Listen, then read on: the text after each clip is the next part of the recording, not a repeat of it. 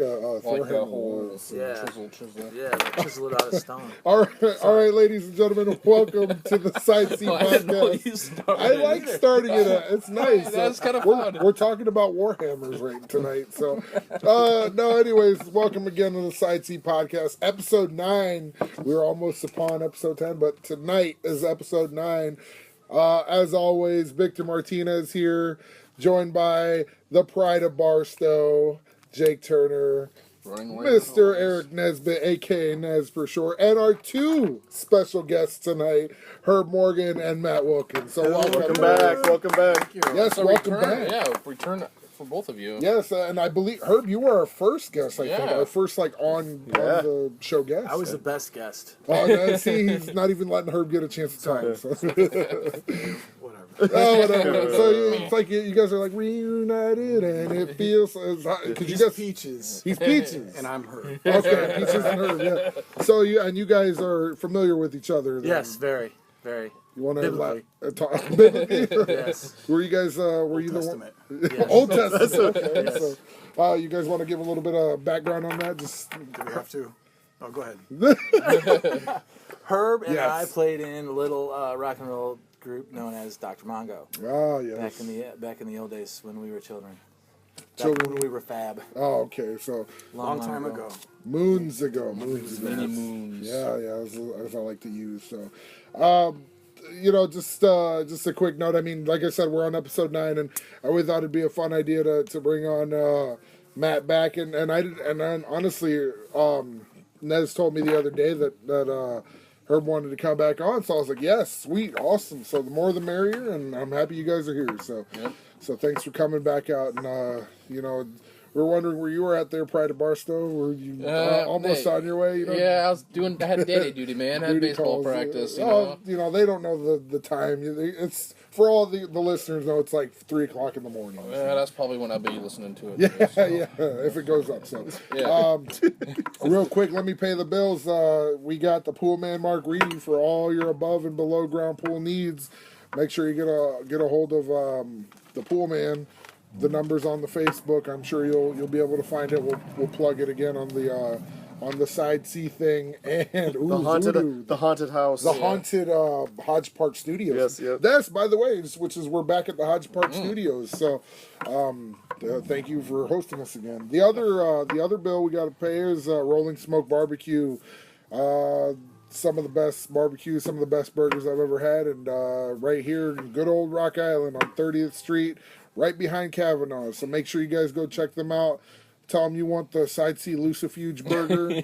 We're trying to get that going. And he said that he's going to try to do something similar to that. We don't know when. I told him it would probably be pretty awesome if he could do it right around Halloween time. Ooh, yeah. So I think sooner the better. I want a spicy burger. Yeah. Good spicy burger. With not that black barbecue sauce. I want something better than like that hearty spicy burger they got. It's garbage. Yeah, it's so hot, blah blah blah. The demon burger. Yeah, whatever. It's got it's got shout in the background. Yeah. Like, dude, I tried it. Spent $10, way too much. Why would you do that to yourself? I don't I know. don't know. I did it too. I want to see how hot this is. I took a bite. I'm like, nothing, huh?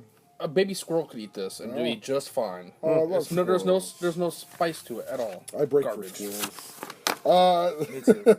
Oh, that's good. All right. Well, let's just jump right into some news, guys.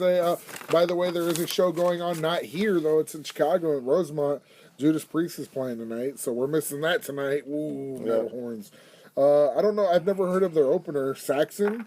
Saxon? Oh, you know what I was like? New wave of British heavy metal? Oh, there you go. Okay. Victor lost major cool points right now. You didn't know Biff Byford? Biff Byford? Saxon. Denim and Leather? So, Yeah, right. Denim and Leather. Wow. Oh no, even their last see. couple records are really good. You have to do some research, buddy. all right, Seriously. I promise Seriously. I will. But that's their All right, opener well, tonight. time out, guys. Uh-oh. Victor's got a homework assignment from next week this time. He's got to listen to Saxon. In front of Greg. Yep. Oh, Yeah. damn And it. now you're going to be Greg nailed to the cross. Well, you guys are, Vistas are opening up. Yes.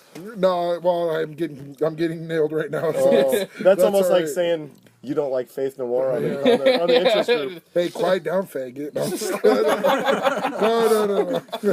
No. Excuse my language. It's yeah, exactly. You need to So- grow a couple pair right. But anyway, so yeah, I will. I definitely will. I was checking out that Angra band that Carducci was talking about. They Yep. were pretty cool too. That was Brazilian metal, yeah, right? Brazilian Yep. metal, and but I forgot what's the chick's name that he had. I don't even remember, but anyways, but the Angra one sounded pretty cool, so I checked them out. So. Last night, Foo Fighters performed on Letterman for the last time. It was his last show, and he picked his favorite band, which just happens to be the Foo Fighters. So, and a quick little side note about that is the Foo Fighters made their actual TV debut on the Letterman show in 96 it was, or No, It was earlier than that, 90, well, Kurt died in 93. Yeah. So it'd be like late 93, early 94. okay, so Foo Fighters was out. Like, pretty that's what he. immediately. That's what, as soon as Kurt died, that's exactly what he dove himself into. Yep, and they went with their song Everlong, so that was a good, always a good choice. And again, Dave's favorite pick too. So that was really cool. The whole show was really good. And they kind of showed all the acts that he's had, and he had McCartney on top of the the building there. What is it, the Ed Sullivan Theater, and all Thank that God it stuff. was Regis Philbin. Yeah. He didn't have Reg singing. Oh yeah. You know what? I might have seen him in there. So, but Have you heard Howard? Sorry, we're getting off track a little bit. Have you heard Howard Stern's version of Everlong? He sang in a studio with Dave Grohl. I don't want to hear it. It's actually not that bad. Is it really? Yeah, Like, seriously, look it up. it's like you're tempting me. It's like one of those things. That's You like, have to watch it. That's exactly. I was like, I had to watch it, and it's Yeah. actually not that bad. Gotcha. Well, Sorry. Well, no, it's all right. And one of the one of the things that are coming out, the Foo Fighters are playing in Chicago later this year at Wrigley Field. Riot Fest. World's largest skate bar. Yeah, exactly. Thank you. Riot Fest is getting relocated to Douglas Park from Humboldt Park and up there in Chicago. They're moving up to Douglas, which is a big deal because the alderman did not want Riot. It was funny because he was the one that helped bring Riot Fest in or whatever, and then now because of the race that they're running right now, he didn't want it. And they said they caused so much damage last year, which it was it's kind of understandable. That was out of control. It was the rain. The rain really killed that park last year. And What do you expect? You're going to have a fest at a park? It's going to get destroyed. Yeah. I mean, it doesn't matter where. It's going to get destroyed. And how much money did that fest probably bring in? Let's be they real. brought a lot in because they were saying like we'll pay, we'll give you the money you want for the damages, blah blah blah. So, Yeah, I mean, because they make Oh. a killing on those. yeah, because I mean, so many people show up. So And then you get all I the mean, businesses. come on. The Milan Dirty Fest destroys Dixon Park every year. Can you imagine what Riot Fest does to a park in Chicago? Right. but But it's just. Dirty Fest is terrible anyways. So But they're I'm just not saying, doing enough to Milan. I'm just I know it's like comparing But yeah. apples to Dirty. Dirty. dirty, yeah, Dirty dirty apples. to rotten apples. Yeah. Other But apples. So, but no, they did a lot for that community. So, I was kind of bummed, but it'll be a new venture. And the good news about that is, I think they kind of spoiled it because they're going to announce the bands next week. So, here's to hope. And I think as we were talking, I think they'll, not to hit a sour subject, but I think Faith No More might be on there. That's gay. Some new, some new order with their new album coming out this year. So, Really? I'm guessing. This is what I'm guessing because they got a new album Is in it the works. Cure? well, Children this is too? where we're having an issue, and we're going to get off the subject for a second. Sure. New Order's having a new album come out this year, end of this year, first part of next year. And if you guys follow New Order at all, Bernard Sumner had the band Bad Lieutenant that came out, I don't know, maybe 3-4 years ago. And he's taken two of the members from Bad Lieutenant, and he still had, and Stephen Morris, the drummer from New Order, was in Bad Lieutenant. And they're moving it over and making it New Order, even though it's Jillian Gilbert. Yeah. It's the only difference. Yeah. I mean, I mean, just- she's coming back. it's a money grab on this one, just on the name of The New name, Order. yeah. Yeah, and I mean, it is what it is. I know they're playing the Summerfest up there in Milwaukee, so that'll be kind of cool. There's Summerfest is pretty cool. a lot of people playing that. It's not New Order unless Peter Hook is playing You're that- right.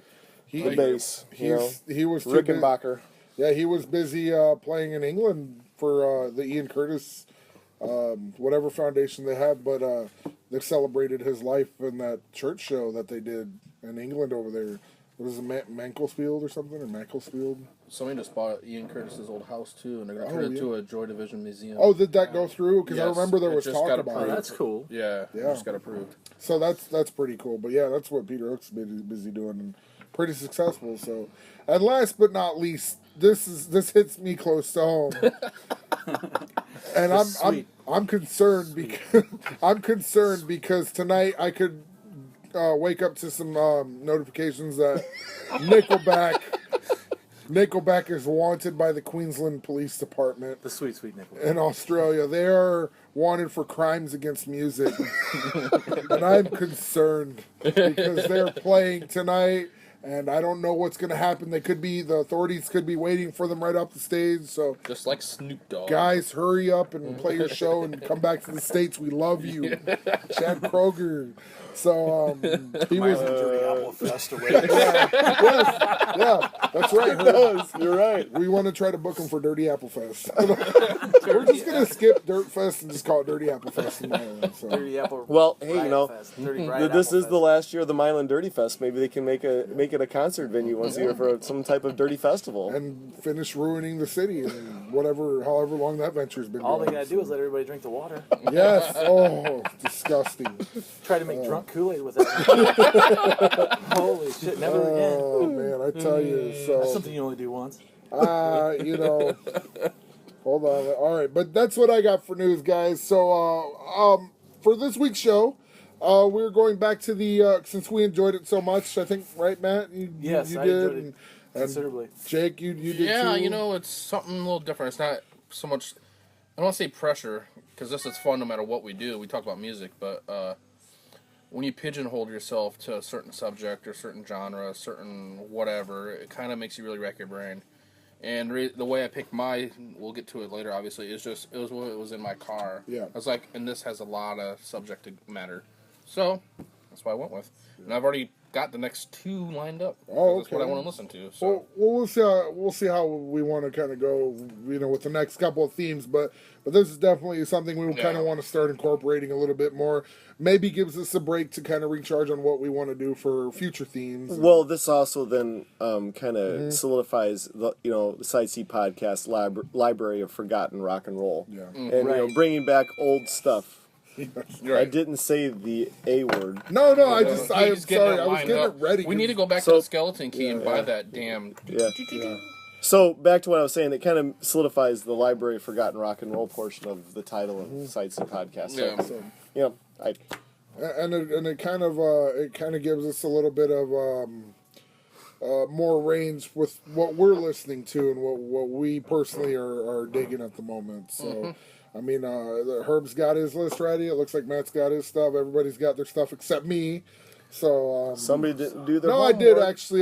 You know what I did? I'm not gonna divulge my secrets here, but I do have my homework right Somewhere. somewhere In one of over those. here. There He's we got go. an app for that. There we Yeah. go. There's an app for everything nowadays, including beer, right? Is that right? We got Yeah, Untapped. We had Untapped. Untapped, yeah. app. Oh, yeah. Yep. So I'll jump right It's into the my library of forgotten beer Beer, that's yeah. that's gone through the body, pick. That's your next side. through the thought. lips and on the tongue. Look out, asshole! Here it comes. Yeah. So, speaking of asshole, damn my bell, but I need my little homework here. I'm gonna go with this week's pick for me because they were in town and I totally forgot about it until the day of. In this moment, they were in town with Godsmack, Papa Roach, whatever. But in this moment, fronted by the gorgeous, the beautiful, the voluptuous, the very okay. I'm just gonna stop swooning now. Maria Brink, and I'm gonna go back.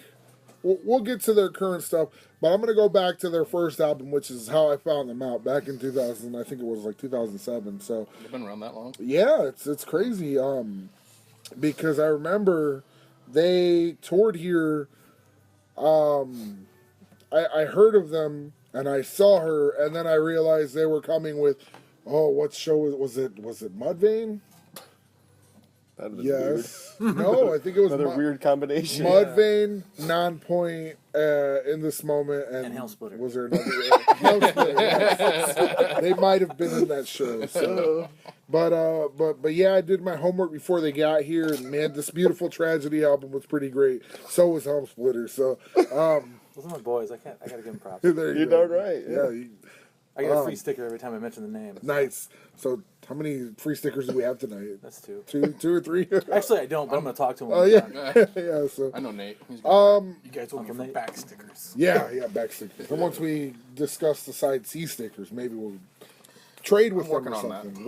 We'll trade. So, but anyways, Beautiful Tragedy, their debut album. This is when they were considered metalcore because now not so much, unfortunately.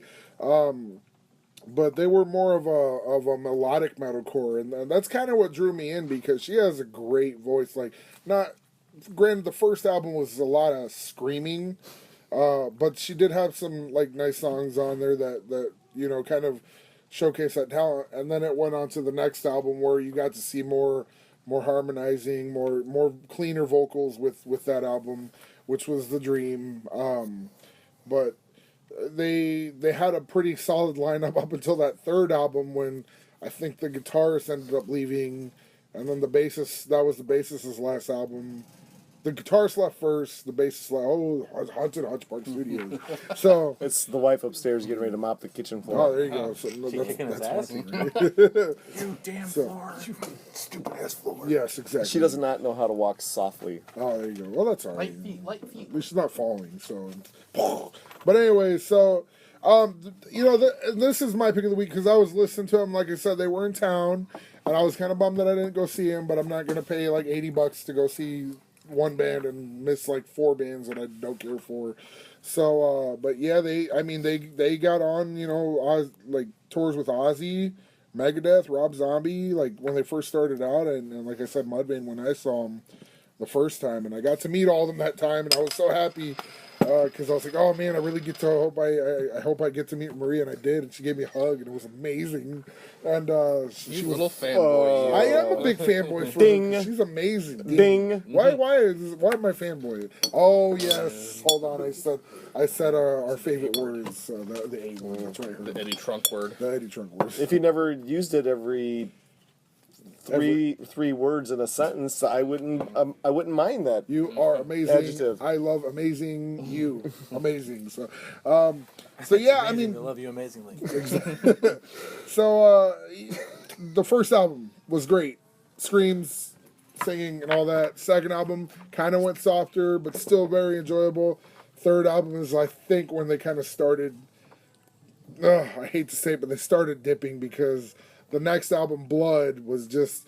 I hate to bury it because I love Maria so much, but see, that's what women do to you. They influence you. Anyway, it's a terrible influence. But Blood, for me, is when they. I mean, have you guys listened to that one?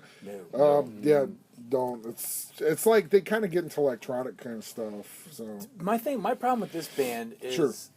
I've never liked her vocals really, ever. Anything I've ever heard sounds like somebody threw a cat in a blender. It's terrible. She's easy on the eyes as long as you don't gotta look at her face. oh wait, what? I'm sorry. you're I not a don't fan find of her her attractive. face. Her body is slamming. Oh yes. Like the best picture I've ever seen of her is the cover for the Whore, where it's just her naked sitting on a stool Oh, with and a it's- dunce cap and it yeah. says Whore down her back. You don't got to see her face. It's perfect. Oh, hey, I do love that picture. Don't get me wrong, but I love her face. I don't mean to. I'm not trying to. I'm not dissing on your pick, because You're kicked out of the group. Wow. Okay, well, I was Yeah. I was in the thought process that she was a delicious woman from head to toe, but it's only from the shoulders down. Is that right? She's a butterface, and that's the thing. I mean, and if she was like Joan Jett badass when she played, Yeah. then I could look past it. But Nothing- that's just not me, good. though. That's I mean, your I'm like- opinion, right? my opinion. Well, I saw my Mark Dettel shot that show. Oh, okay. So and Really? he had if you're not friends with him, he has everybody just say you want to see his cool. photos and stuff. Yeah. He has some shots of her up close, and she's like wearing like almost like a white wedding dress with a top hat going From on. this last show? Yeah, from last night. Oh, okay. And he uploaded it, and you can see it and stuff. And then It was actually mentioned. The show was mentioned on Blabbermouth. Yeah, I saw Because that. her and Papa Roach did a song together or some Yeah, shit. yeah. But I don't know. Honestly, I'm gonna be straight up. I've never heard one note of these guys. I don't Really? think I've heard him either. No, Never? I'm dead serious. Because when you said like they've been around since 2000, like they've been around that long, I thought maybe Yeah. this was like their first tour. No. Never heard of them. And, You know, and, it's just I don't know. and it's weird because I was like, they're on arena shows now. That's crazy. Yeah. Like, because back when they were doing like festivals, they were doing, smaller venues. At the time, Nez, it was Capitol Theater. Oh, That they played was the the Cap. show. That was Yeah. that show. So Mo played there too. Or? yeah, and then the other time when did I say? Oh, they played Rock the District.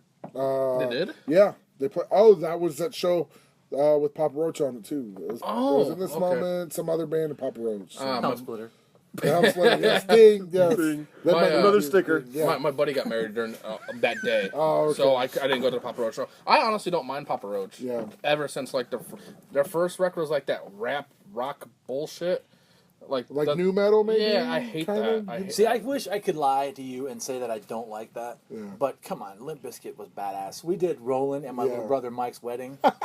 At his wedding reception, we did Rollin' the Straight whole through? choreographed Yes. dance and the whole Oh shit. wow! man. Did you have the red hats? No, we didn't have red hats. Damn it! You have that? Do you have a video of that? I wish. I would totally upload Somebody's it. got to. I'd totally upload it to the website because it's like it was badass. No.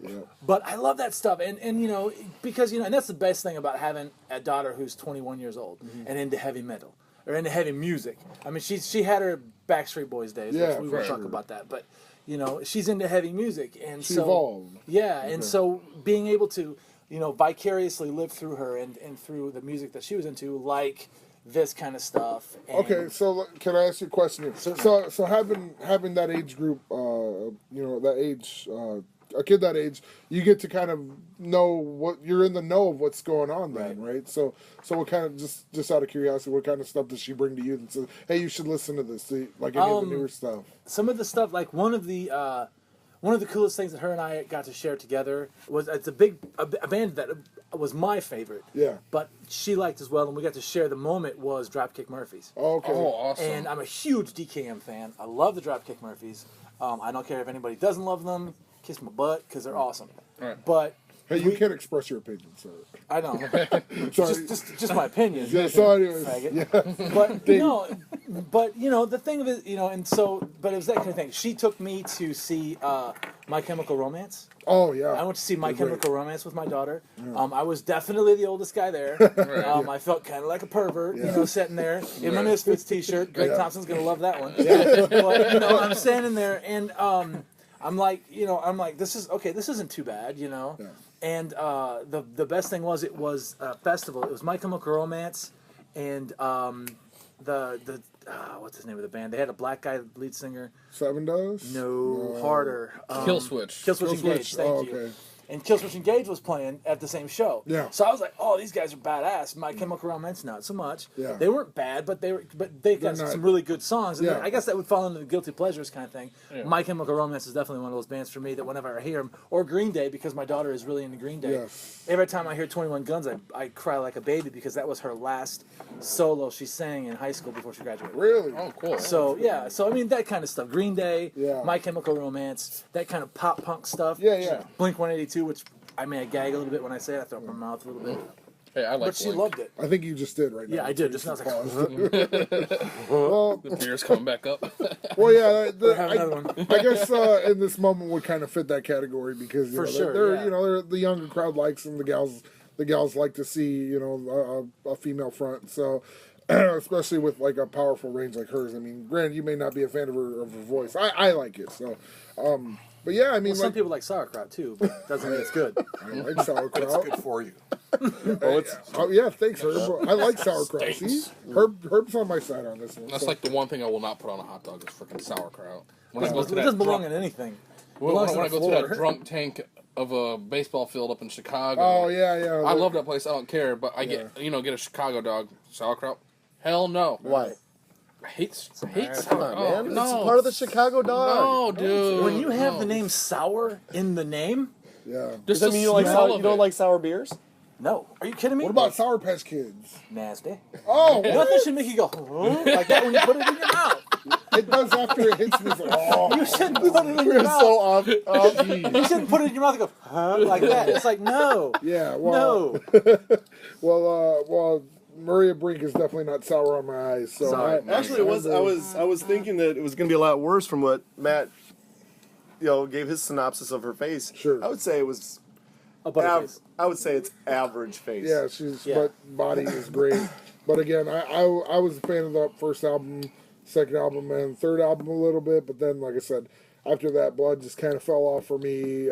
Black Widow fell off for me, and I'm not a big fan of what they're doing nowadays. So that's why I'll listen to their first album front to back and quite enjoyed a lot. So that's my pick of the week. Oh, please tell me he's saying something good. But anyways, yeah, make sure you guys are on our on the Side C podcast page and the home of the Side C podcast page, the Quad Cities music fans, lovers. Music lovers, lovers, collectors, and and traders. traders. Why is this so hard? Because there's too many words in it. I got it need a down. sticker.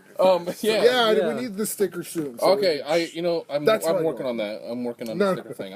I'm yeah. doing some research. To be honest, that's how I remember it because on the Side C logo, Yeah. it says QC ML.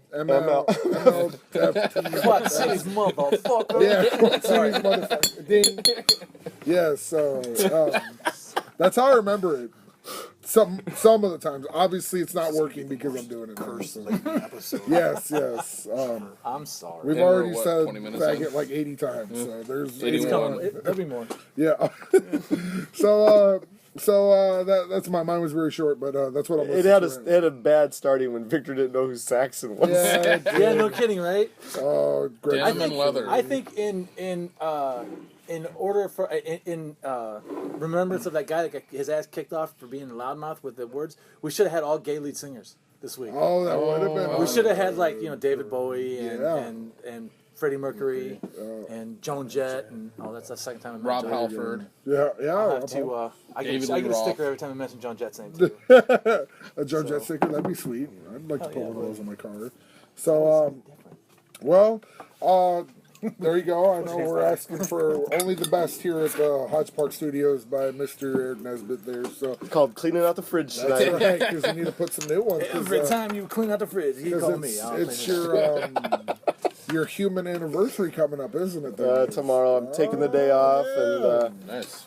my day is going to consist of taking the pool cover off the winter cover off the pool, Yeah. mowing grass, and going to my daughter's junior high play. She's cool. she's one of the starring roles of the. Oh, that's awesome. Yeah, so Sweet man! Oh, happy human anniversary! to you. I guess whatever. too. So, Yeah, it just means that there's another gray hair. hey, is the pool man Mark Reedy going to help you with your pool? No, he's not. But Oh. he did do something very nice for me for my birthday. He dropped off a season's worth of chlorine and algicide. That's a gift that Nice. keeps on giving. It does. It does. He's a great man. Yeah. And Isn't that like a diamond? and we're going to tap into the Untapped and try to add to our badges on Untapped. only be Oh, there you go. It's a good way to spend it around.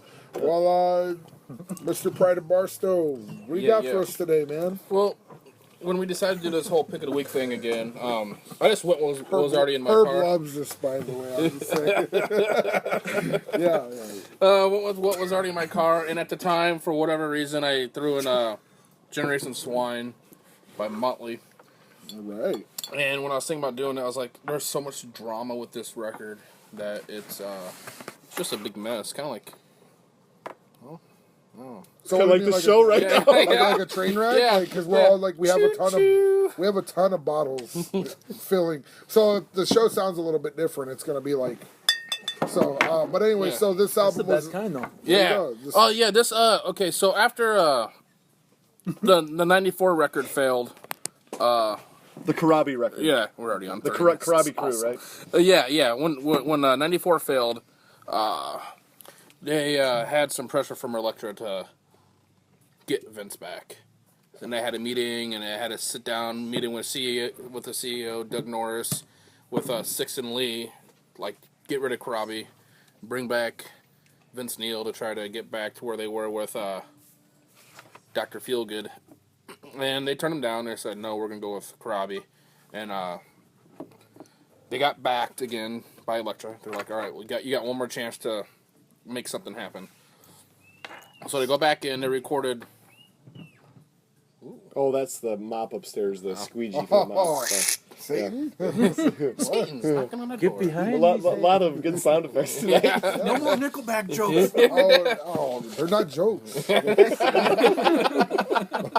Sweet Nickelback. Yes. Silver So, Soul. really quick, Yeah. Jake. Just to clarify, how many albums with Karabi did they have? Just the two? Just One. Okay, There's so one. See, yeah, this you're getting is... to Yeah, this. yeah. Gotcha. There's a whole... Let So... him finish the story, Vic. Yeah. Just worried about Nickelback. He's got They're his mindset fine. of Nickelback. So they go back in the studio with Karabi. They did 2 or 3 songs. One title actually got leaked called "A Year I Lived in a Day." A Year I Lived in a Day, yeah. And they were all really happy with how everything was going. They wanted to make it heavier than the '94 record. Karabi in the Motley Crue Dirt Book, because he was part of it. They actually let him be part of it. He was quoted as saying, "At the end of each day, we walked around with carrying our huge cocks in our hand because the music rocks so hard." So they were all stoked. Did Blackhawks just score? Is that what's Yes, going it on? did. Yes. It's 1-1. It's 1-1. Oh, okay. So- All right, we're good. Sorry, I'm a Ducks fan. No. So everything was Sorry, going you're a Ducks fan great, too. and then What? I'm sorry, we're trying to get through this. Sorry. I do this. this is gonna be an hour and 20-minute Sorry, episode. my- Hell yeah. No, you're fine. I don't care. Herb's just gonna say, "I like music." Next. Any other questions? Yes, exactly. Let's So go back to the the Karabi. Dirt Book. Oh, okay, yeah. He said that quote. Then they fired Bob Rock. They got rid of him. Imagine that. This Yeah. is the producer? Yeah, Okay. yep. They're like, we're done with Bob Rock because he's getting too expensive, and he was doing too much stuff to the music. They want so Nikki and Tommy are like, all right, we're gonna produce a record. And then they start producing it, and so Karabi would write and learn the music. He'd come back into the studio, everything would be changed. So after a while, he's like, you know what, screw this, I'm done. He walks out. Then, of course, as we all know, Vince comes back. So they bring back Vince. Fresh off his job at the Sizzler. Yeah, and wrecking cars or doing that song for Encino Man, actually. Oh, Yeah, Well, he did that Yeah, with we're that back. little solo thing where he did with Steve Stevens. Stevens, right? yeah. Right? Yes. that yeah. solo He project. actually had a hit called "You're Invited but Your Friends Can't Come." Yes. Yeah. So he had, and he's doing racing and stuff, and so he had obviously wasn't doing anything as big as Motley was. So you bring back Vince, and Vince wasn't really happy to be back anyway because all the stuff was written for Karabi. Right. So all of his vocals had to be like he had to change the way he sang all the songs because they're all written in a style for Karabi. So during all this, they recorded the album. It's obviously way different than anything they've ever done. It's they had Rick and Robin from Cheap Trick do backing vocals, a couple tracks. They released 2 singles, "Afraid." Then they released another song called "Beauty," which had Tommy Lee on vocals. That's a great song. It is. It's awesome. It's about Nikki Sixx's ex-girlfriend. Oh, okay. Was it Vanity? Were they talking about Vanity? Uh, Was that the song they were singing about Vanity? I don't know. She was the. This is sound bad, but she's the black one. Yeah. Yeah, Vanity. yeah, because it's called the song called Black Beauty, and she ended up getting. They used to share needles and stuff back in the day. Oh, So okay. it has Oh, a it wasn't line. Vanity. Vanity. You think about Vanity from Princess Vanity? Yeah, she was Nikki Sixx's. Yeah, but she didn't have AIDS or nothing like that. No. She does now. No, I think She's in church. She goes to church. She's Yeah. like, No, no, but before that, because now she goes by you like can't have AIDS in Denise. church. Yeah, you can. Why not not? supposed to. But Yeah, it's supposed Yeah, as long as you don't. Ask Glenn prick Campbell anybody. about that. Yeah. Glenn Campbell has AIDS? No, ask about his drug use in church. Oh, and- drugs Yeah, is okay. yeah, not AIDS though. So the record comes out. Obviously, does terrible. They had they had those 2 singles, and then record comes out. Karabi gets a hold of it. Obviously, starts listening to it, and he noticed that like 80% of the music is his. Now, did he write that, or who wrote that for him? What? all the music. Krabi wrote. Okay, so Like, he wrote yeah, the music. yeah. So like when he's like going through, he's like, there's like guitar parts on here still. There's a scream in a song called "Let Us Pray." That's 100% Krabi. That he's not credited for. They just kept it in there. And Oh yeah, and you can definitely tell. I mean, any casual fan can tell. Like if you listen to like, well, that's definitely not Vince. Sounds just like that. Sounds like a squirrel. Well, you know what? I bought that album that Tuesday it came out. I remember, and the reason I know you had it because when you used to DJ. DJ our school dances when I was a wee lad, you used to play Glitter all the time. Yep. Lord Jesus. Yep, and and like I like the record, I really do, and they had like bonus tracks and stuff. Obviously, when they redid the remasters and stuff, and Krabi got credit on a couple other songs after that, but he sued the band for $4 million.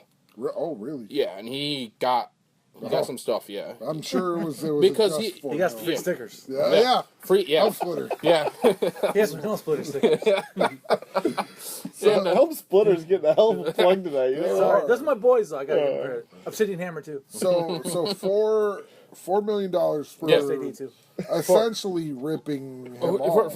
for lost royalties and credit and where credit were like writing credits. Yeah. because he got officially got 2 writing credits on the record. Okay. Let Us Pray and Flush. So was that a situation where it was they stopped production on like that, and then they reissued, and then they printed his name on it? Like, Yeah, pretty much. They kinda- the album was originally titled Personality Number 9. And it was supposed to be, heavy. They like Mick will talk. Mick loves the what would have been that record, and he loves the '94 record. But he doesn't like this record too much because he had to make his guitar sound like it wasn't a guitar. Yeah. But what that record did for me, as What is that? What do you mean he made it sound like it wasn't a guitar? because it wasn't like his straightforward guitar riffs. If you listen to it, it's like he got really frustrated in the studio because he had to replay like over and over and over because it didn't sound right because he had to make the guitar sound different than his normal, So not his style. Oh, is that what definitely, you're saying? definitely not. Like he had, I guess he said like he got mad when he looked down. He had like effects pedals. Like the table was huge, and he said he didn't like it because he couldn't recreate it live. And like the one song he does like is Let Us Pray, which features Krabi on it, Yeah. which I thought was hilarious.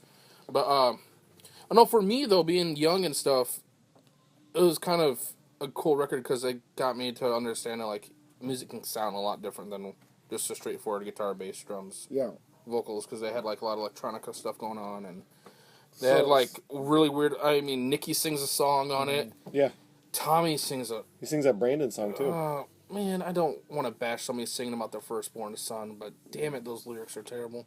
Are they? They're just god awful. My son came out of a vagina.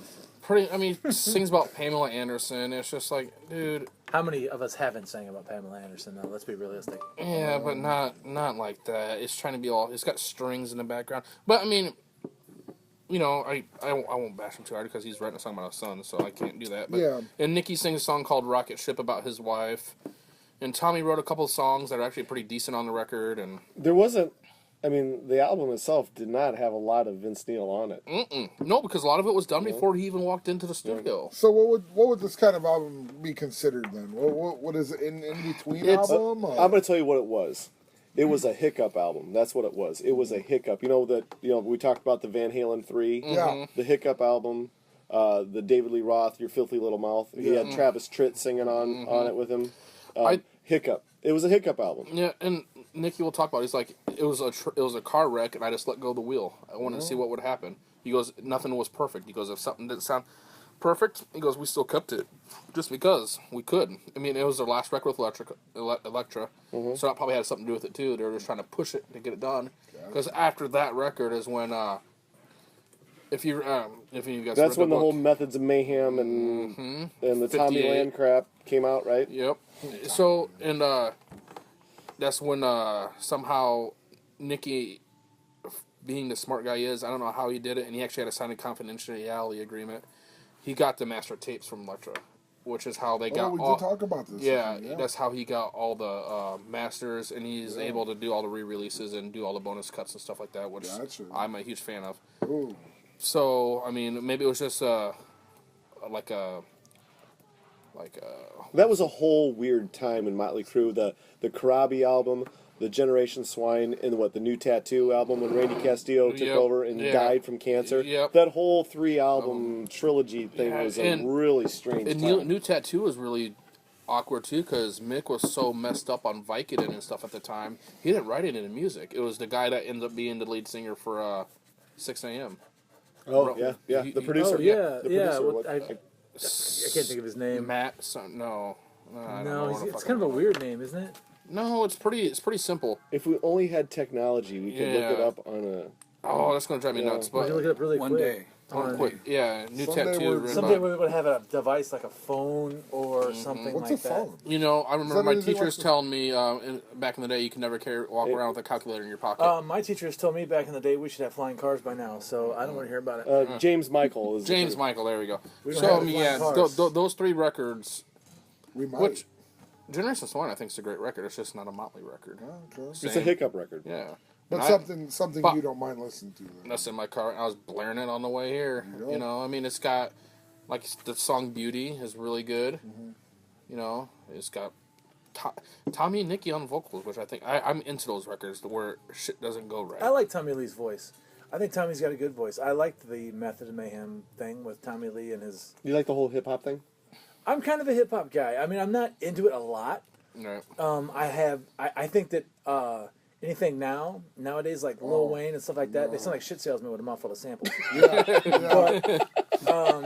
But I'm talking. I mean, some of the Right. older stuff, you know, is great. Well, Nez, you came out on the page with a lot of those. You didn't even have to need the answer key to answer a lot of those. I watched a comments. lot of Yo MTV raps There in you the go. 80s, So man. you got the Like I said, we did when I put that posting on the group about the MTV logo upside down. It says Yeah. W. What the fuck? F, yeah. thing. You know, the thing was that it was Saturday mornings, Yo MTV raps. Saturday nights it was Headbangers Ball. Sunday nights it was 120 minutes, and I didn't watch any other MTV except for those. Oh, Remote Control, the game The show. remote control, good yes. show. Well, I But remember the Hard 30. Remember they had the Hard 30. It was like it was right after school. that's right. They had the Hard 30. It would come on and play 30 minutes of heavy metal. It was, and then before that it was called the Metal Shop. Before that, Yes, They the called Metal it Shop and then Hard 30. Yep, Yes. yep. Really?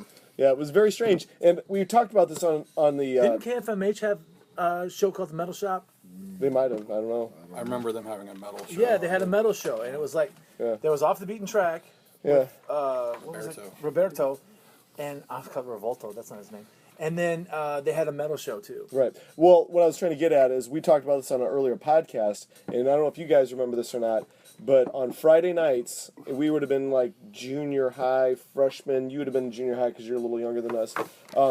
They used to have the Friday night video fights on MTV. Do you remember when they used to do that? Yes. The 1-800 number call. Yes, 1-800, yes, I remember Smoking in the boys' room, Motley Crue dominated the Friday night video fights. I mean, they would bring on great songs and videos against that, and they were on there But forever. it was always like, I mean, it was always like something. It was dumb shit. They would put like Madonna, or you know something like that up against the Crew, and it's like all the little headbanger kids were sitting there doing nothing with their pimply faces and their calling in like, oh hell yeah, I'm gonna do this, and then that was it, you know.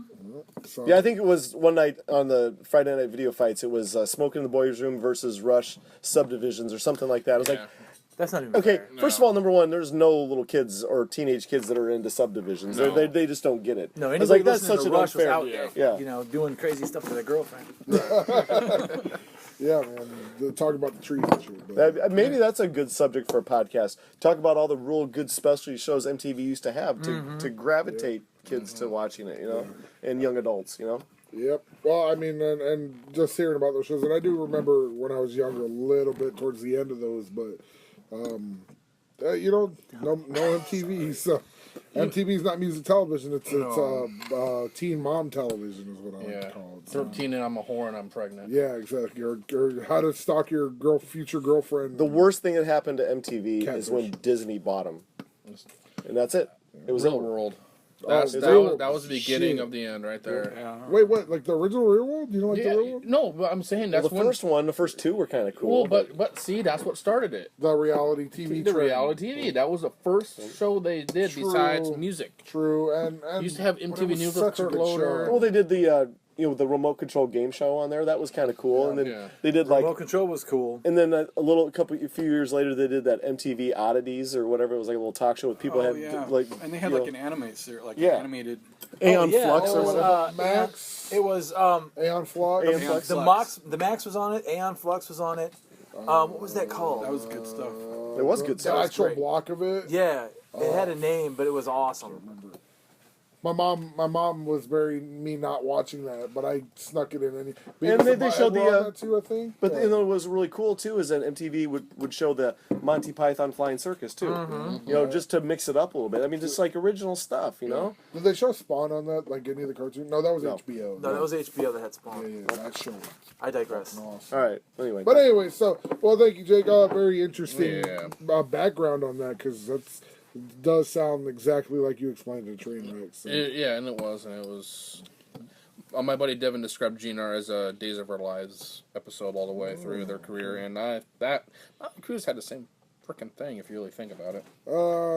Yes, that is true. So, Satan. the way that Mrs. Nesbitt walks around this house, you feel like Satan is upstairs. So. Satan's in the Or the hammer of the gods or something. Yeah, the Warhammers that we're gonna make later. So The Obsidian Hammer. yes, there you go. There's another free sticker. We have we have to work on making one of those. But well, thanks, Jake. Herb, course. man, let's get in on you, man, because you know, like I said, you're our first guest. You Step were our in this first guest. stuff, So Herbie. bring it in because you got an interesting one, another interesting one. So, All right, I bring weird things to Yeah. the table, literally and figuratively, yes. every time. So, So what is this clear liquid that you're drinking? Some people call it water. it's from Mylan.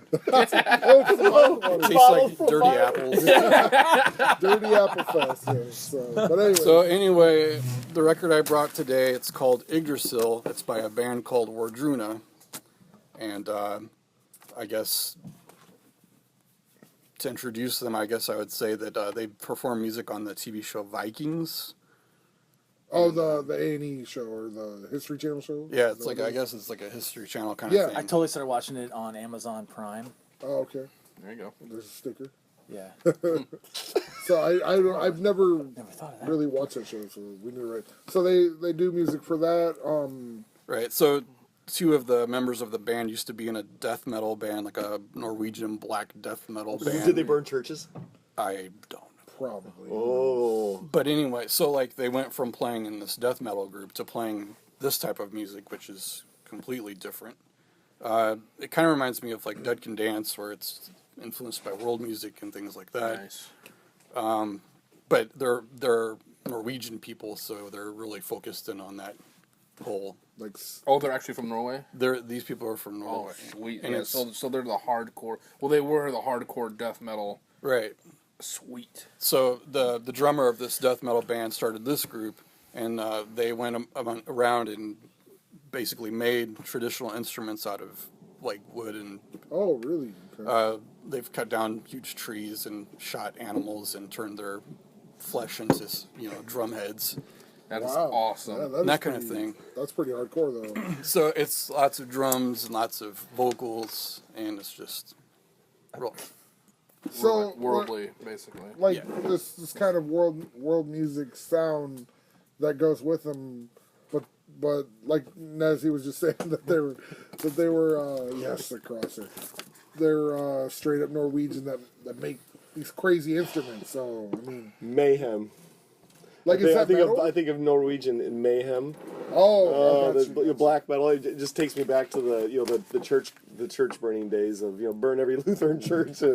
Those guys were crazy. But Herb, you're saying this isn't that type of music. That's not what. No, it is. this is a lot more subdued than It that. just- It's not metal. It stemmed from the guys that played in the bands like that. Right. So. They're coming out of that. Okay. So do they still perform? Are they still around? Or? Yeah, they're actually. So Yggdrasil is their second record. Okay. And basically each track on their albums has to do with a rune, which is a rune is basically part of this ancient Norse alphabet. Yeah. And basically the rune, each rune has like a particular meaning, and so they go through and they try to create songs that illustrate the meaning of the runes. Okay. So- that's interesting. Yeah, and so they have, this is their second record. They're supposed to be making 3 records in total. So is it maybe like a concept type deal, or because that's kind of what it sounds like if they're basing their songs off of the runes, Right, and I mean, there's a limited number of runes, so they're kind of, I wonder if they'll continue on after 3 records or not. Gotcha. That would be really cool if they would. So is this a side project, or is this a full on I think this is what they do now. full on band that Yeah. continues? What on? was the metal band they were in before this? The band was called Gorgoroth. I Yeah. don't Oh, really yeah, Gorgoroth. Gorgoroth, Yep. yeah. Yep. So it's I guess it's the singer from that group and the drummer from that group Oh, are the cool. people that are in this band. and they're the ones that started it. Yeah. Oh, okay. You know, the thing that's so weird about the Norwegian metal guys are they're very good musicians. It's just that the imagery and the silliness and the acts of arson, Wanton violence. it just totally blows smoke and mirrors over what they were trying to do musically. I just Well, never that's like understood that's what's funny about when you watch Metalocalypse and you see the two guitar players. Yeah. They're both the Norwegian guys. Yeah. And, that's what's so funny about him because one guy's always playing his Yeah, guitar. he always has a guitar. Even if he's in the hot tub, he's playing guitar. So yeah, but that's so true. I mean, these guys musically are amazing musicians. It's cold in Norway. You stay in your house and you practice your instrument. Right. So that's exactly That's I just don't understand why the whole imagery of the whole satanic let's cause as much pain to Christianity as we possibly can. Well, I don't if you look understand at it, if you look at it honestly, excuse me, a lot of those bands aren't so much talking about Satan as they are talking about the dark, the evil. It's not so Yeah. much mentioning Satan. These guys are. Yeah, you're right. They're talking about the dark elements and the dark parts of everyone. It's not so much talking about Satan. I'm an Odinist, so people laugh at me when I say that. When I mention I'm an Odinist. See, hey, there you go. help it the way you say Example that. of exactly. The way you say It's that. funny when Christians laugh at people who are Odinists. It's hard to believe in Thor and Odin, but you believe that a guy turned water into wine and walked on water. Yeah. That's easy to believe, but then what I'm saying is crazy. So anyway, I digress. So, but this part of it is, it's not, everybody wants to put a linchpin on religion, and they want to say, well, they're talking about Satan. No. These guys don't know anything about Satan. The Norse didn't know about Satan. Right. They never, This band is absolutely not. Right. but they're obviously not the whole talking about Gorgoth it. thing, though, that was I don't know that whole about image. that. That whole imagery was supposed to be the black metal, the Right. whole down with Christianity, If any up of you with guys darkness. Any of you guys are into that stuff? Any of you guys read the book Lord of Darkness or Lords of Chaos? Sorry, it's about that whole scene, and it's really good. okay. On the cover of the book is what?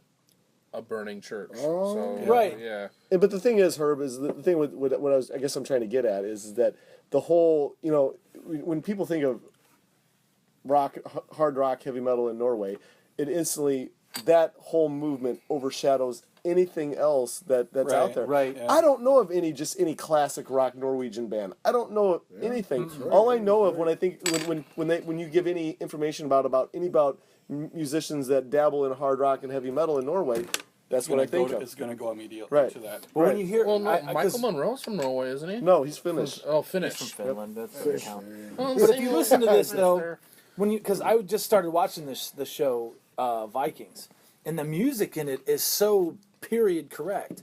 Not that I know that from ever being there, but when you would think that listening to the music, you would think, okay, yeah, this is what you would think music would sound like, Yeah. And I guess what Herb is saying is that it's created on period correct instruments. Right. Yeah. They're not going. they They're would not going and use, using Gibsons I and like Marshalls. to think of this as like musical archaeology. I mean, they're like going back in okay. time, Yeah. and they're trying to. It's a good term. They're not trying to be exactly what it was, but they're kind of trying to Getting as close convey as it. possible. Okay, and so here's my question to you: that knowing that where their foundations were from the black metal scene, obviously, do you think that overshadows what they're trying to do right now into just the general music community? I mean, is that fair enough? I would say no way. I think that you can. I mean, it would be hard if you were, say, to use Vince Neil. If you were Vince Neil and you all of a sudden wanted to do a children's record, you know, even though it's like, oh man, you know, I got kids now. I think I'd love to do it. You know, it's kind of disingenuous. But when you take somebody like these guys who you've never heard of them, I mean, Gorgoroth, I've heard of them because of, you know, making fun of Norwegian black metal because they're always so silly with their corpse paint and their, you know, the whole thing that they do. Yeah, and this has none of that. But this Right, is not, right, this is not right. that. But that's the question: is that do you think since the you know some of the founding members of this came from what they came from, the black metal scene, do you think it overshadows what they're trying to accomplish for themselves now? It's like Vince Neil's children's record. The fans of Motley Crue are going to be looking at this and be like, Yeah. So probably the black metal dudes are looking at this band and they're thinking, what is this shit? I have a feeling a lot of people that are into these guys don't even know where they came from. Exactly. That's my point. That was my point. Yeah, for sure. I don't know. I think it's probably like a big. I mean, you obviously know because you did some digging and stuff, or maybe even knew before that just by being music nerds like us. But to the casual person who gets into that, gets off on this type of music, they're not going to go looking like, oh, where are these guys? Like, do they got anything else? Oh, they're from Norway, and they do. Well, that was one of the kind of it's kind of ironic and awesome to me being reunited with Herb tonight on this show because Herb opened my eyes to a whole different kind of music style. When we were back in the Dr. Mongo days, that's another free sticker. But back then, because we would listen to Mickey Hart and Planet Drums and all of this stuff, Okay, and cool. it was a different consciousness when we were listening to this. And when I was watching this, just last night I turned on this Vikings show and I was watching it, and I was like, wow, this music is great because there's a little bit of me that is like, oh man, you know, this is really good stuff. And then to have him say, well, this is who's doing it.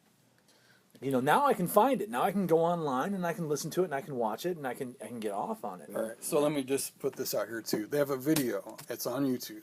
They play their music in this Viking ship museum in Norway, and there's a fucking Viking ship. Like a They legitimate. brought out of the ground or out of the water. I don't know. It's the real deal, and they're sitting there playing this music that's like from their ancestors. That is good. That's awesome. that's With the actually ship really behind beautiful. them. Honestly, It's amazing. That's awesome. I don't care. Ring the bell. Yeah. It's amazing. No, we gotta let her do it. And so That sounds. I think this kind of thing, it either reverberates with you and you feel something, or Yeah. you don't. Take it or leave it. But I love it. You know that. You know one thing I really do, like. I enjoy like having you on us because you bring stuff that is so left field, but like, but like in a good way. It's not the typical stuff. I mean, you know what I mean? It's just. Well, anytime Herb posts anything, even on the What Are You Listening To? Yeah. Which is his. Which is Herb's Facebook page. Yes. I always go look it up Yeah. because I'm like, I've never heard of this. Right, you know? right, no, and I think that, but that's. Awesome, I consider though, 'cause myself relatively learned as far as music goes, and Yeah. then when I am faced with something I have no idea, I've never experienced it and you before. want to know, And then you want to know because you I'm don't like, know. I'm like, if not Herb know, gets off on it, yeah, and you then, not know, you know, kind it's of gonna pisses be you enjoyable. Off. So yeah, so like yeah, I like that. You want to know how diverse Herb is? Well, I'm going to tell you how diverse Herb is. I rode my bike over to Herb's house one day. I don't remember what I had. I bought something like co-op cassette tape or something. And Herb, hey, check this out. Check this out. And it was something by Prince or something like that. And then we went from Prince, and then you had me check something else out from, I believe it was a Misfits.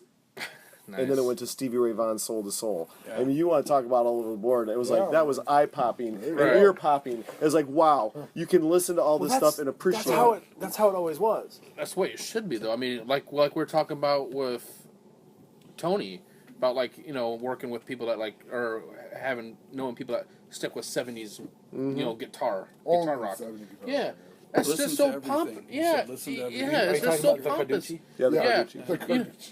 Because it's just you are just ripping yourself off of what could be like before, like when I worked at Co-op with my Dan, who got me into like Gotta Buy Voices, Elliott Smith, and stuff like that. Stuff like that I would have never listened to before. But he's like, give it a Try shot, it out, yeah. listen to it, and that's like some of my one of my biggest collections now is Gotta Buy Voices because I just can't get enough. Elliott Smith. That record Either Or will always hold a special place in my heart just because it has so much meaning to me to it. And like you just like like there's no reason to who says you can't listen to Prince and Megadeth? Yeah. Who says that? I mean, who? That day I came over to your house, so Herb was right in the middle of you were working on your drums, and you were playing a speed metal or something. It was just like boom, and Dwylan Johnson was with me. Okay. And we went over, and then Dwylan goes, "Man, play something Prince." Herb went straight from going to a speed thrash right into a funky Prince. Like I was like, how cool awesome. is that? Well, Prince is the reason I started playing guitar. Prince. Oh, yes, dude, yes. what did we talk about that video? Yeah, Yeah, yeah. and the that last was podcast- awesome, yeah. So you told. And I woke up this morning to go to work, and I left my TV on, and on NBCS, the channel Hawks usually play on at night. They always have like infomercials, and it was like the Rock and Roll Hall of Fame DVD or whatever. Oh. And I woke up to Prince destroying. Eric Clapton. And Dude, all yes, that, yeah. woke up to him solo. I was like, oh, that's just funny. And now we're good. talking about it again. But yeah, There we go. It's a good talk. I mean, like, yeah, it's just one of those things. I think We're instead amazing. of your fan, I mean your interest group being what you listen to should be what's Herb listening to. Yeah. Right, It's really- exactly. it really because should it'll be. open your mind. Yeah, it does. It does. You're I kind of thought of doing it as a joke, like what's Herb listening? Because Herb posts shit all the time. Yeah, yeah. Right? No, but no, it's cool because like I think one of only the if you only would things. post that stuff on a different fan. No, the only like thing I've really like known that you've posted was a day like of anniversary of Ian Curtis's death. You posted what, Atmosphere? Yeah. Yeah, I was like, oh, I know that one. Damn. But like most of the time, like you're saying, it's like, oh, okay, what is this? Well, and a lot of times I'll find something. I'm like, I like this. Yeah. I'm gonna share. Or the Wu Tang, which thank you by the Oh, way. yeah. That was fantastic. So you know, and like that's I think that's what this whole thing's about. It's not just pigeonholing yourself into straight up metal 70s rock. Yeah, 70s rock. You know, I mean, The problem is that with my me being a collector and listening to diverse stuff, but then I talk to Herb and I feel real dumb after I get done talking to you. It's like, Is well you should. yeah.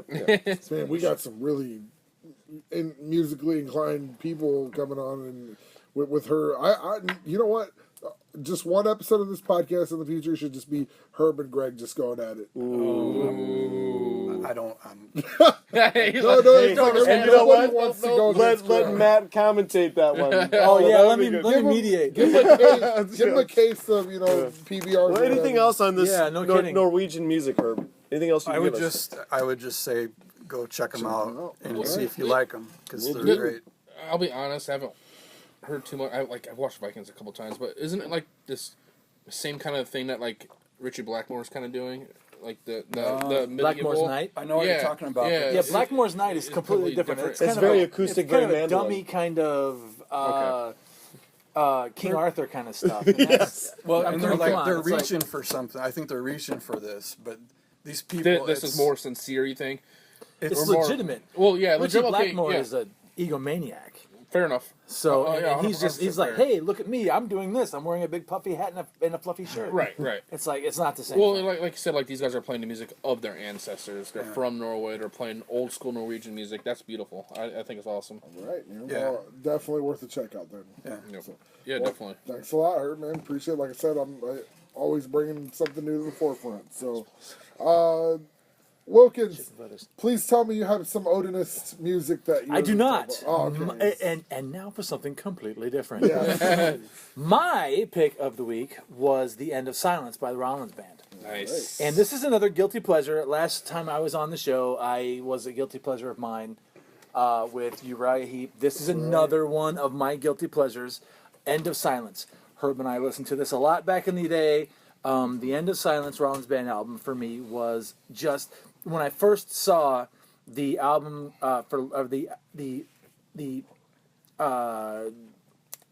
video. I can't even think of what they're called anymore. The video for "Low Self Opinion," and I was like, "Oh my god!" But then I realized that's the dude from Black Flag, you know. And then I started listening to it a lot. If you listen to this album front to back, nothing bad about it, nothing at all. Henry Rollins is just amazing. Henry Rollins is one of those guys that shut up. Henry Rollins is effing cool. This is the third full length album released. Basically, these albums were all released. There we go. Now we These got it. albums were all basically released independently. None of his albums. I think "Wait" may have been. Did I do it again? No, you just said basically. Sorry, I'll explain it later. Well, son of a bitch. It's a no-win situation. So basically, got releases. Okay, son of a bitch. Damn it, that's my fault. Partially, I think maybe Wait was a major label release. I'm not sure. I'm not trying to interrupt you real quick, but it's in my head. I don't want to forget it. Which album did they do? They were on Saturday Night Live or something like that. You know what album they did that for? That was Liar, I think. I think that was Yeah, the Wait Liar. album. Okay, Yep. all right. That was Wait. in my That head. was I was Liar. going to Yeah, lose it, so I was like, I had to Because go with it. Rollins, The End of Silence was really kind of his stepping stone Okay. album. He had been around since '81. Him and Ian MacKaye of Minor Threat and all of those groups were great friends. He grew up The DC. the DC, yeah. His first album, the band was called State of Alert, and his first album was released on Discord Records, which was run by Ian MacKaye. Yeah. And so what happened was he was hanging out with Black Flag. They were good buddies, him and the guys in Black Flag.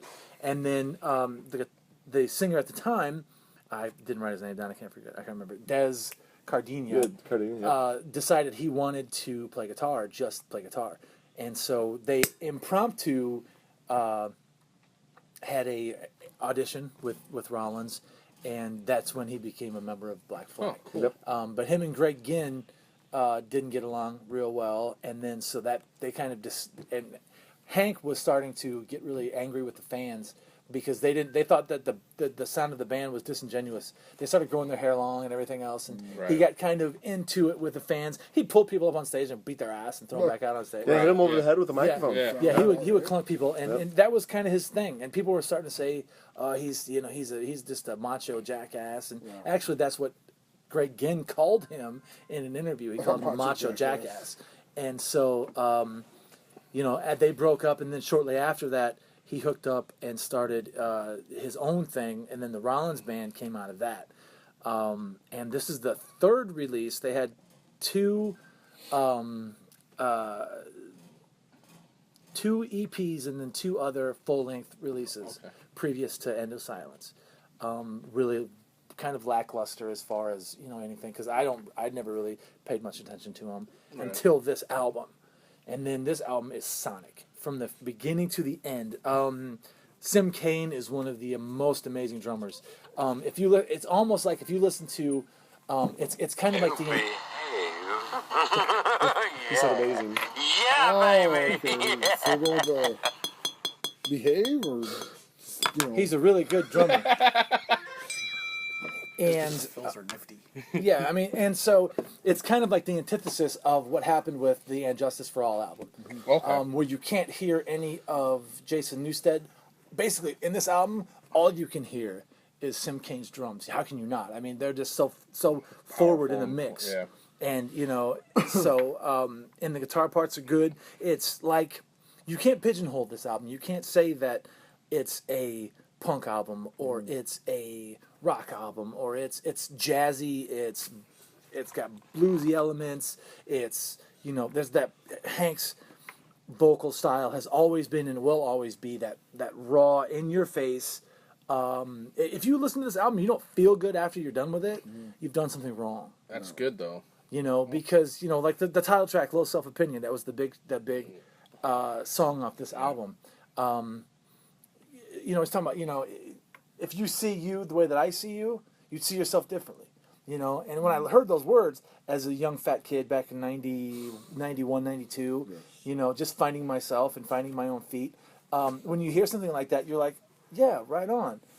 I am better than that, And then you listen to all the songs on this album, you're like, hell yeah, I'm better than that. Maybe I took it a little too far back then, who knows? But in the interim, this album is amazing. And ironic, son of a bitch. hold on. Beat you to it.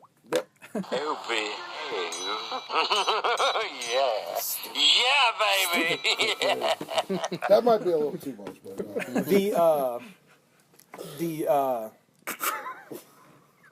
Asshole. The picture on the front, the sun. yeah, Yeah. That's also Hank's tattoo on That his was, back. I was gonna Yeah. say, It's done by the same guy that tattooed Glenn Danzig. Oh. The wolf's blood tattoo on Glenn Danzig's arm is the same guy. Hold Me Closer, Tiny Danzig. Yeah. So this album, like I said, this album for me was huge as a turning point. 92, I graduated high school in 1992. It was a big year for me, so personally. And this album was part of that. It was the soundtrack of a lot of things. I still listen to this album. It still stands up. If you hear it, you're going to like it. It doesn't matter who you are. I don't care if you should like it. If you don't, you're a faggot. What did it ever really was ever stated why Greg Ginn decided to shut Black Flag down or say I'm leaving the band? What was the reasoning behind it? Yes, I actually read that today. There were he didn't want to do 3-chord punk, and so when they decided to hire Glenn Danzig, or not Glenn Danzig, stupid ass, when they hired Henry Rollins, that was kind of because Rollins was such a diverse musical taste. So they thought, okay, well, maybe we can get into some different stuff. Then the personalities clashed between him and Henry Rollins. And so it was one of those kind of things where, everybody was pissed off at everybody all the time. It's too many chief and not enough Indians. Right. And that's kind of what the death of that band. Did any of you guys ever see on the live Black Flag record? They got if you look at the calendar, they have on the record one of the dates is Rock Island. Yeah, well, they played two shows that day. They played at the Moose. Yeah, and they went to that afternoon. They played at the Moose Club down on 11th Street. Yeah. And they played at the Ribco, Yep. and that was on My War. Yep. That was on the My War tour. Yep. I think remember Rob Delavere went to both shows. I think Greg Thompson went to both. I'm both pretty sure shows. Greg was there. And in Henry Rollins' book, he writes about Rock Island, and all he does is talk shit about it too. Is it really? Yeah, he talks like How can you not? he's like, there's nothing but a bunch of jocks here. Or something What? like that. Yeah. I got Well, to get in the Van album. Well, think about it. I mean, get in the you got to band, both imagine too. back then, those kind of shows, with Augustana being so big around here, and that's all that was here. I mean, Jocks and rich kids and stuff. jocks and jackasses. I mean, Yeah. we had the same issues back in the day when we were playing shows. You get these jocks that thought they were mosh pit champions, and they want to come in there and do their thing. So hell yeah, I can see that. Yeah. Just slam them with their guitar. Yeah. There you go. Well, there you go. Although on a quick note, it would be interesting. Glenn Danzig heading Black Flag. That'd be crazy. They would be kind That of would be interesting. Be like Elvis up there front. Yeah. well, Well, thank you much, man. I mean, again, there you go. It kind of dives into the things that we like to talk about here in this little show of ours here. So, that tattoo is pretty awesome, man. And I thought that I have that's what it almost was, tattooed so. that tattoo so many times. Next time it's just gonna take like one beer, and you're like, yeah, finally, It's I'm never back. just one beer. No, I'm just It's saying, been far from one beer I'm tonight. just saying it's gonna be that one. So I It's been warned far you. from I it. warned you. Yo, Get it? he gave a fair warning while we were sitting on the couch. when he Before drinks, we he drinks started a lot. this Yeah. episode, he's like, hey, I'm sorry. There's there one. you go. There's two things Wilkins boys do well: is drink and fight. There you go. We do those things very well. We defend those we love, Yes, sir. and that's it. All right. Well, hey, you So- know what I'm saying? Just consider where you're gonna get that. Make it be at the tramp stamp. Oh, right above my ass. Yeah, right above your Yeah, ass. let's So, do it. There you go. So, that, Sorry, hold on. He's gonna drink that. no, wait, yeah, wait. We gotta explain while we're laughing right now. So we're cleaning out Nez's fridge right now. We're going through. I mean, we each got 12-ounce bottles just aren't doing it for this Yeah. guy tonight. So I mean, I killed off a Bud Light Lime. Martinez killed off a Soul. Soul. Now Wilkins over here has a delicious bottle of Boone's Farm Mountain Berry Yeah. Kool-Aid. Yeah, You have dirty water Kool-Aid. Yeah. dirty Milan water Kool-Aid. Yeah. There you Oh, go. and it's going open. There it is. Yeah, we're not gonna. Yeah. There you go. He's Cheers. got to drive tonight, doesn't he? I don't live that far. All Better right. details. Awesome. So he just. The thing is, opened my the- girlfriend is awesome. She'll come get me. Oh, there you all go. right, Yep, yep, Well, that's good. we are She's winning. probably gonna need to. He is winning night. You need to keep a straight mind though. So when my Ducks beat your Blackhawks, so I'll be beating that ass. so Nez, man, I did mention that Wilkins boys like to fight. Yes, you did. I'm aware. You're a of big boy, Vic, but I I'm don't a know. big guy, so it's all right. Maybe one-on-one. We'll be wrestling. Yeah. Wrestling. Somebody else says wrestling. Wrestling. There you go. Nez is gonna have to like get like a big Hulkbuster suit and break both of us up. So. That's right. It's not gonna be enough, boys. No. So I get to be Macho Man. there you go. Oh, man, all right, I'll do the Hulk Hogan brother. That's right. Oh yeah. Oh no, that's Macho Man. But anyways, Nez, what do you got for us tonight, man? Well, trying to find something out of the box, course. something fresh, Your like I always do. specialty, yes. Yep. So, in 1990, Bill Ward, the original drummer for Black Sabbath, came out with his own quote-unquote solo album, and it was a album that was done on Chameleon Records. Shortly after this album was released on Chameleon Records went out of business. So obviously, after the Chameleon Records business empire fell, the Capitol Records bought the rights to any music that Chameleon Records had owned. Apparently, they own the rights to the music to Bill Ward's Ward Wong all along the way. Interesting album. This album, Bill Ward is obviously not a singer by trade. Right. He's a drummer. Oh, he sang one song yes. on Black Sabbath? It's Alright. You're right. And he did dabble in some vocals in this album. Did he? But basically, it was an album done by committee. He employed Ozzy to sing 2 songs on this album. He also employed Jack Bruce to sing, I believe, one song on this album, and he sang a few songs himself. And a couple of other people were on there called Lorraine Perry, vocals, and then Rube Phillips on as well.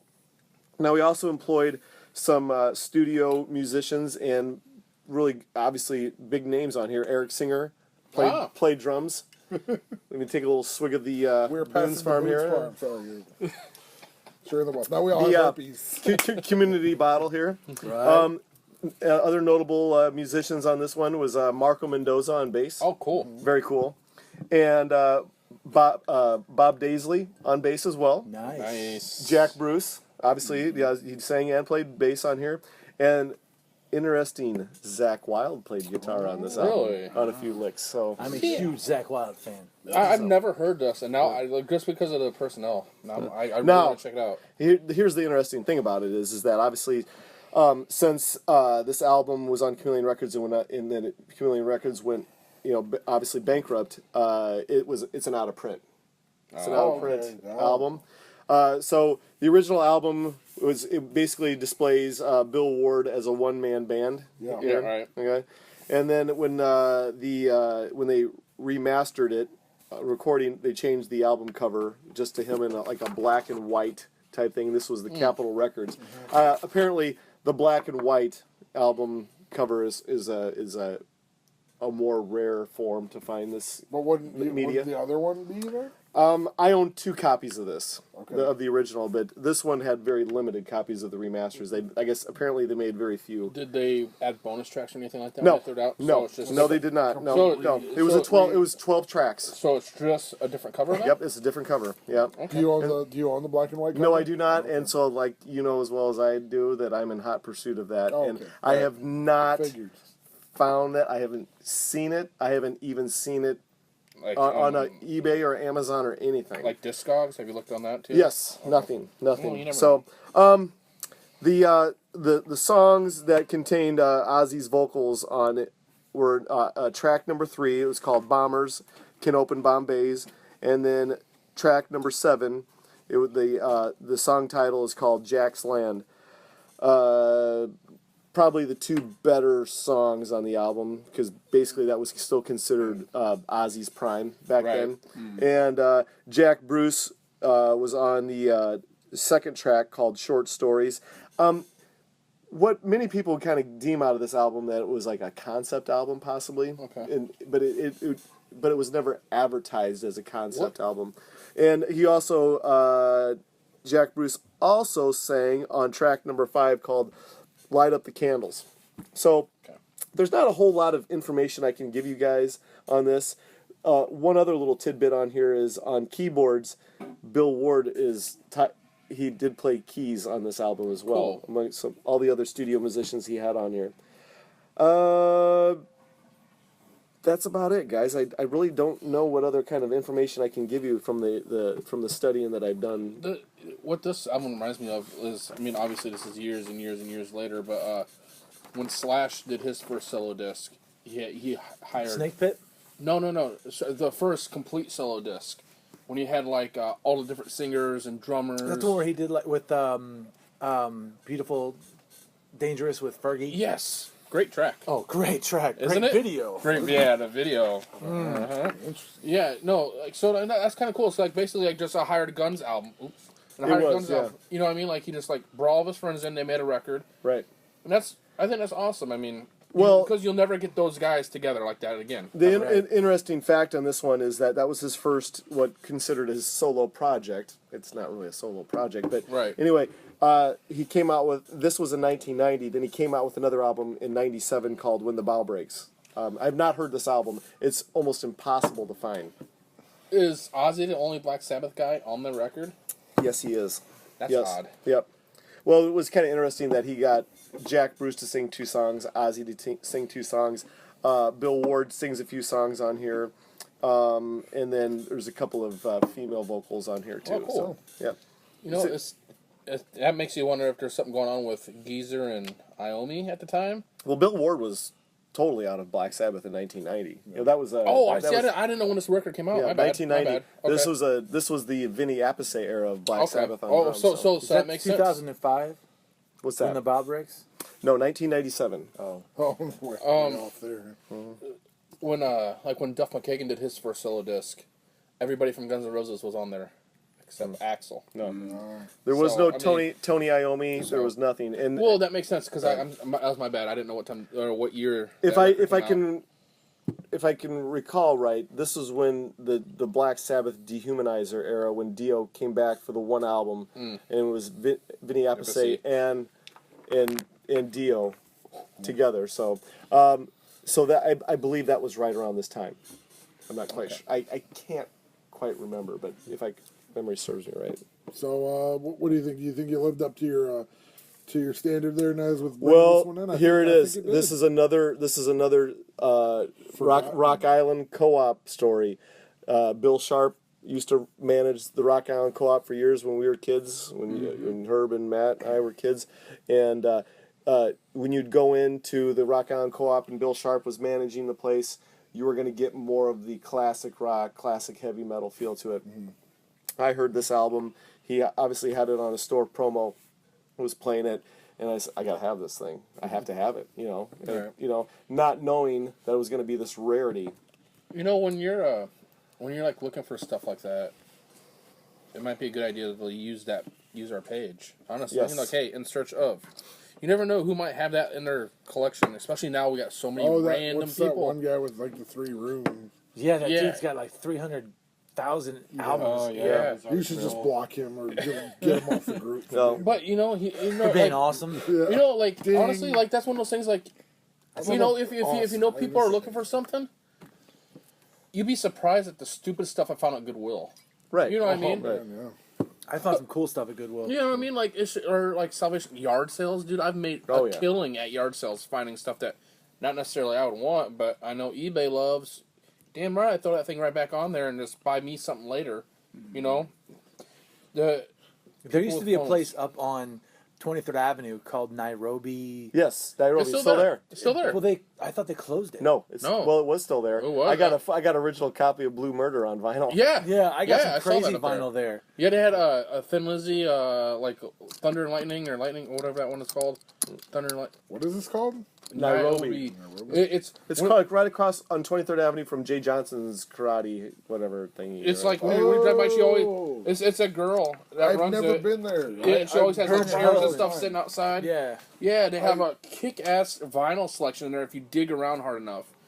I You might, just, yeah, I'm gonna have to check it out because I drove by there once. I think it was during record store day, and like, hey, there's a store. They have vinyls there. So oh, it's like just sit and it's stop. 70s, Down to the 80s. Kings. It's such a good song. it's got like Jelly roll. it's like a guy like what do you call those when they drop off stuff and it's like vendors. I think it's Oh, yeah. mostly a vendor thing. Oh, but okay. you mean you really have to dig? Well, I think that's the thrill of it though. But too. here's the thing: is that but people that maybe people that are younger, people that are getting to the Black Sabbath stuff, after the Ozzy years, after the Dio years, is that there was a lot of cool things that spawned from Black Sabbath. It was like when Black Sabbath came out with the Seventh Star featuring Tony Iommi. It wasn't supposed to be a Sabbath album. It was with Glenn Hughes on vocals. There's cool things like that. The Iommi Fused, the Iommi Depth Sessions. There's all kinds of the Geezer Butler band that came out. GZR. Yeah. Yeah. There's just all these cool things that came out that spawned from. Now, also, people don't really realize, the Tony Martin era. I'm a huge Tony Martin era Black Sabbath fan. Okay, Tony Martin era spawned all kinds of things in over in Europe. Say this right, Gutini Project. He was in Voodoo Hill. He was in all these other killer classic rock albums in bands and whatever. Silver Horses. He came out with his own solo stuff. So if you're into trying to find things that just in the classic rock heavy metal genre type stuff, the Black Sabbath catalog and the Black Sabbath tree, just like how they talk about the Deep Purple tree, all the things that came out of Deep Purple, White Snake and all this other stuff, or Blue Murder or whatever. Man, check out what the family tree that from what Black Sabbath spawned. The Ozzy. Well, that's what's so awesome about the Black Sabbath, Deep Purple. All of those bands all have, it's incestuous because all of it, what the hell's his name? The lead singer from Deep Purple. He was one? Ian Gillan? Ian Gillan. He was in. Was he in Black Sabbath? Yeah. He was in the Born Again. Yeah, he was in Black Sabbath. That's a great record. Yeah. And Ian Gillan is one of those singers that is just forget about it. I mean, he's Sonic. He still is. Yeah. Oh, what was that? What was that album? They just put out 2 records like really fast. Challenge accepted. What's the name of that band? Which one? The Ian Gillan band? Yeah. Which one? The Ian Gillan band? No. Like this year or last year they put out like a record. Then 2 years before that they put out a record. Then it split up right away. Texas Hippie? No. Sorry. Not Texas. No. It's in that vein though. It said as far as the title of the band, name of the band. It's gonna drive me nuts. He had a Pice or. I can't. We're recording this. Yeah. What are we thinking of here? No. Well, I mean that's what I'm not cutting this out. It's, God, what was the name of? It's gonna bug us. Well, beyond that Keep on talking, is that Sure. this is the Bill Ward one all along the way was just one of the incarnations that came off of the Sabbath family tree. Man, check it out. There is great stuff. I mean, it's just it probably is pretty endless, and I probably just dipped into it just a little bit. Yeah.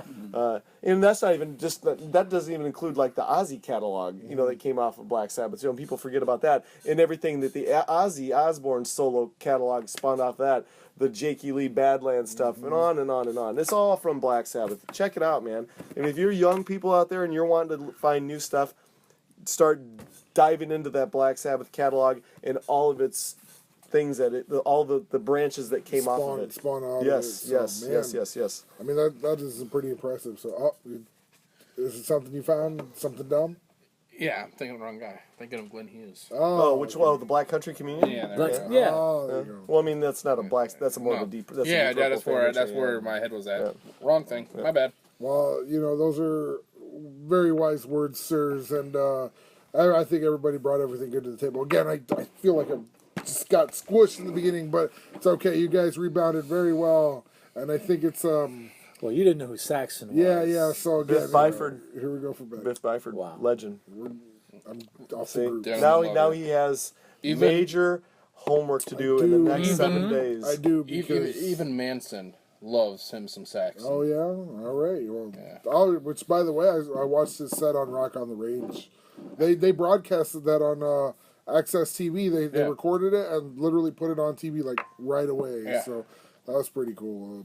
It's a lot of the normal pop rock whatever stuff you see. Slipknot was on it. They were pretty good. And but yeah, no, we saw that. But yes, I do have homework to do because next week's guest. Yeah. Yeah, Correct, Is Tom. it been It's confirmed. It The is- Union Man himself, made in America, tattooed across his stomach. Greg Thompson, Union made. Oh, here we go. But that's next week. I want to give a big thank you to Herb Morgan and Matt Wilkins for showing up again. Thank you, guys. Thanks for having us. No, man. Yeah, The reunited, It was fun. Peaches and Herb, man. Hell yeah. Always good. Reunited and it feels So good. All right, that's enough of our segue. Yeah, and We're gonna I lose singer. views. We're gonna have -3 views. We this is the I'm a good longest singer. podcast ever too. by the way. I think so. Well, so yes, welcome to the longest podcast. Yeah. Woo! Hour and That is 28 okay. minutes. We're gonna cut it off right at 1:30. Make sure you Okay. guys check out the Pool Man Mark Reedy. We'll obviously his stuff will be on the Facebook pages. Rolling Smoke, thanks for helping us out. Nez, we got an update on the shirts. They're coming out soon. I talked to Nar City, and he was supposed to start to put them in production here yesterday, today, or something. Cool. I'm going to contact him tomorrow. Yep. Hopefully, I might have them in hand tomorrow night. Oh wow. And if that's the case, we'll be selling the shirts for $15 a piece, not too which is a shabby. pretty good deal. Yep. And if these shirts sell out, we'll do another run of them in a different color. Yep. And Well, you We'll see what can't do a happens. different color because then I'll have to have that color. Yeah. there Exactly. you We're go. collectors. How do you think that works? Exactly. That's how we get it. That's how we get suckered in. So we're going to use that way, and it all goes right back to the podcast. Oh, It's yeah. not. It's not being spent to buy beer that's a for good for idea. Wilkins. So it is meant to help us out, get some new equipment. So and try to take this thing off a little bit more. But thanks for your guys' support. Thank you. We thank you for all the new likes, the new views. Keep being active on both the Facebook pages, and get out there and find some new stuff and introduce us to it because we want to hear about it. So, parting words. like David Lee Roth once said, Ooh. "Oh my God!" Yes. All right. I think it's time for another cocktail. Huh? Yes. All right. I like it.